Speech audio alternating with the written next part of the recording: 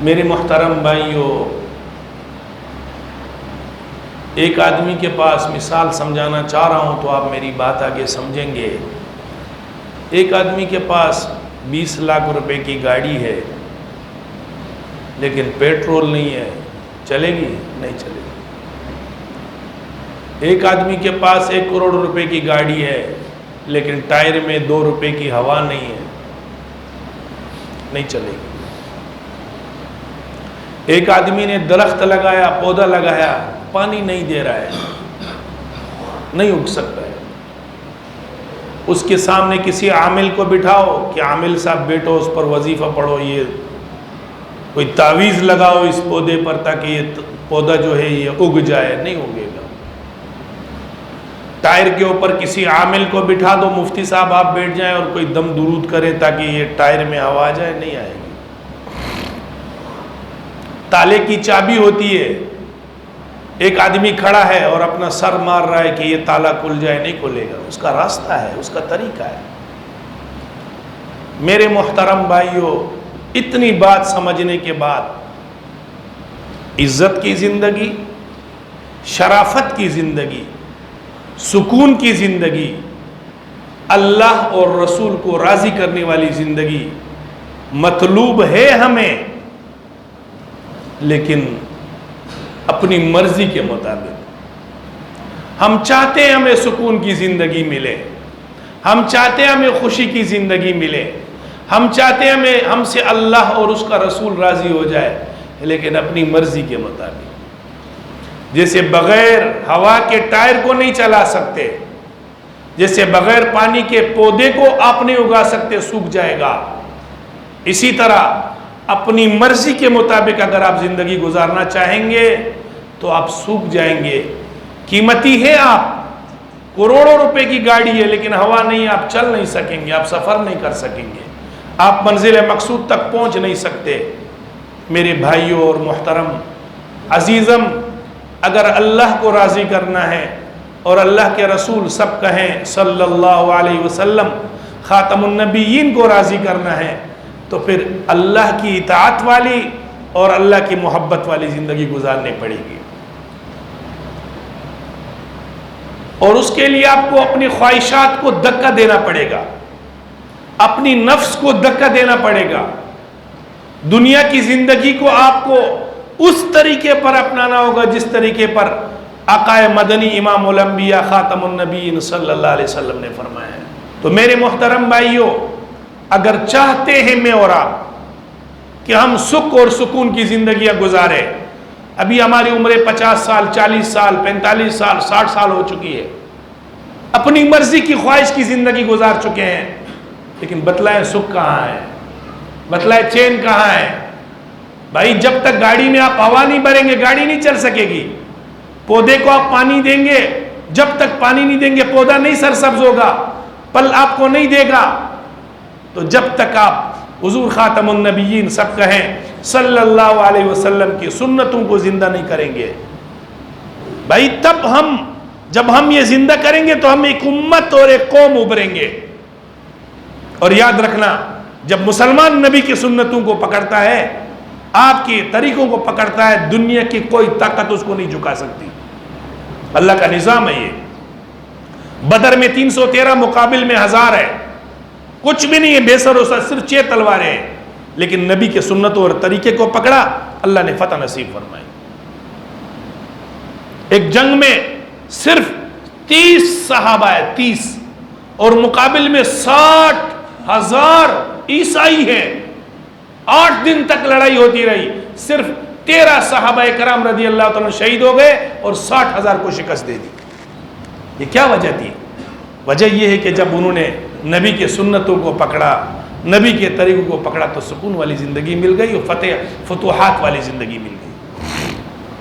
آج ہم دنیا کو اپنائے ہوئے ہیں، اپنائیں آپ دنیا کو، لیکن جو طریقہ ہے وہی طریقہ اپناؤ، جو اللہ کے رسول صلی اللہ علیہ وسلم نے فرمایا اسی طریقے کے مطابق اپنائیں۔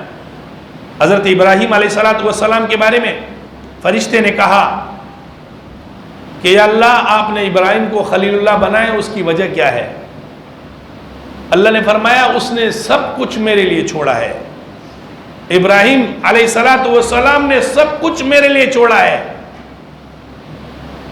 اگر تمہیں یقین نہیں ہے تو جا کر امتحان لے لو۔ تو فرشتہ انسانی شکل میں آیا، ابراہیم علیہ السلام، بکریاں ان کے پاس تھی، تشریف فرما تھے، تو اس فرشتے نے کلمات کہے جو میں اور آپ تراویح میں پڑھتے ہیں 4 رکعت کے بعد، سبحان ذی الملک والملکوت، سبحان ذی العزت والعظمت والہیبت والقدرت والکبریاء والجبروت، یہ ہم پڑھتے ہیں ہم اور آپ، سبحان الملک الحی الذی، یہ میں اور آپ پڑھتے ہیں۔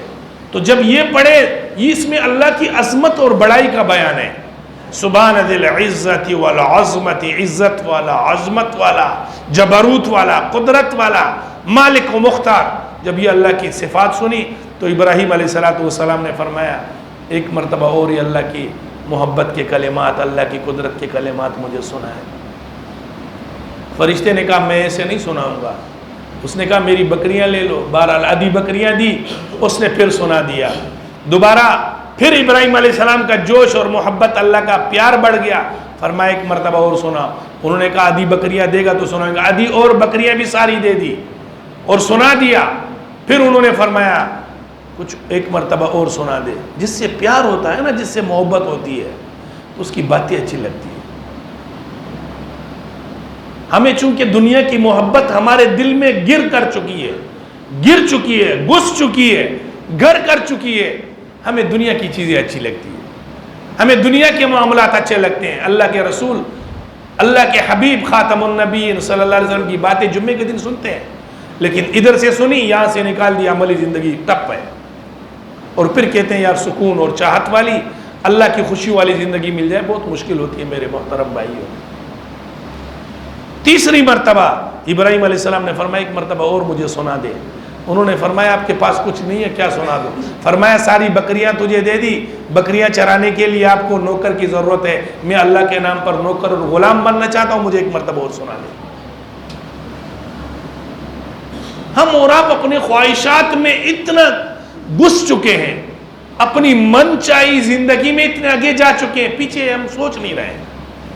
اللہ نے کلام میں اپنے فرمایا سورۃ نازعات میں، فَأَمَّا مَن طَغَىٰ وَآثَرَ الْحَيَاةَ الدُّنْيَا فَإِنَّ الْجَحِيمَ هِيَ الْمَأْوَىٰ، جو اپنے نفسانی خواہشات کے پیچھے چلتا ہے اور اللہ کے حکم اور نبی کے طریقے پر دنیا کو ترجیح دیتا ہے تو فرمایا جہنم اس کا ٹھکانہ ہے۔ اور آگے فرمایا وَأَمَّا مَنْ خَافَ مَقَامَ رَبِّهِ، جو اپنے رب سے ڈرنے لگا کہ میرے کو اپنے اللہ کے سامنے کھڑا ہونا ہے، میرے کو ایک چیز کا حساب دینا ہے، اور وَنَهَى النَّفْسَ عَنِ الْهَوَىٰ، اپنی خواہشات کو روک کے رکھا اللہ کی نافرمانی اور نبی کی نافرمانی سے، تو اللہ کا وعدہ ہے فَإِنَّ الْجَنَّةَ هِيَ الْمَأْوَىٰ، جنت اس کا ٹھکانہ ہے۔ تو میرے محترم بھائیوں، سیدھی سی بات یہ ہے کہ سکون اور چاہت اور خوشی والی زندگی اللہ کے ماننے میں ہے۔ جو لوگ اللہ کی مانتے ہیں اللہ ان سے پیار کرتا ہے۔ وَأَحْسِنُوا إِنَّ اللَّهَ يُحِبُّ الْمُحْسِنِينَ، نیکی کرو، اللہ کہتا ہے میں پیار کرتا ہوں نیکوکاروں سے۔ إِنَّ اللَّهَ يُحِبُّ الْمُتَّقِينَ، اللہ پرہیزگاروں سے پیار اور محبت کرتا ہے، قرآن کا حکم ہے۔ إِنَّ اللَّهَ يُحِبُّ التَّوَّابِينَ، اللہ توبہ کرنے والوں سے پیار کرتا ہے۔ وَيُحِبُّ الْمُتَطَہِّرِينَ، پاک و صاف رہنے والوں سے اللہ پیار اور محبت کرتا ہے۔ مجھے آپ بتلائیں، اگر میں اور آپ آج توبہ کر کے اپنے اللہ سے اپنی دوستی لگائیں، اپنے حبیب امام الانبیاء خاتم النبیین، فدا کا ابی و امی، ہمارے ماں باپ قربان ہیں، ہمارے خاندان حضور خاتم النبیین سب کہیں صلی اللہ علیہ وسلم پر قربان ہیں، آج اس کے طریقے پر آج ہم آ جائیں، رب کعبہ کی قسم ہے آج پھر مسلمان ایک قوم ہو جائے گی، مسلمان ایک امت ہو جائے گی، کوئی اس کو جھکا بھی نہیں سکتی ہے، کوئی اس کو گرا بھی نہیں۔ آج ہم فرقوں میں بٹ گئے، آج ہم تفرق بازی میں بٹ گئے، آج ہم اختلافات میں بٹ گئے، اور پھر کہہ رہے ہیں کہ اللہ کی مدد آ جائے، کیسے آئے گی مدد؟ وَلَا تَنَازَعُوا، وَلَا قرآن میں وَلَا تَنَازَعُوا، اختلافات نہ کیا کرو، فَتَفْشَلُوا وَتَذْهَبَ رِيحُكُمْ، تمہارا روب اور دبدبہ اللہ ختم کر دے گا اور تمہاری ہوا اکڑ جائے گی۔ اللہ نے فرمایا تم خوار ہو جاؤ۔ تو بھائی اللہ ایک ہے، سب مانتے ہیں، حضور خاتم النبیین کو سب آخری نبی مانتے ہیں، اور قرآن کو اللہ کا کلام اور آخری کتاب مانتے ہیں، ختم ہو گئی بات۔ آ جائیں عہد کریں کہ قرآن اور سنت کے مطابق اپنی زندگی گزاریں گے. آ جائیں اللہ کے سامنے ہم توبہ ہو جائیں کہ اللہ جو زندگی تیری نافرمانی میں گزری ہم نے کچھ نہ بنایا. 60 سال 55 سال 50 سال 45 سال 40 سال گزر چکے.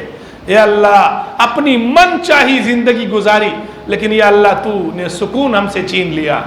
ہم خوار ہو گئے, ذلیل ہو گئے, ہم بے در پدر ہو گئے, ہم قوم بھی نہ رہے. امت تو چھوڑے, امت رہنا چھوڑے, قوم بھی نہ بن سکے.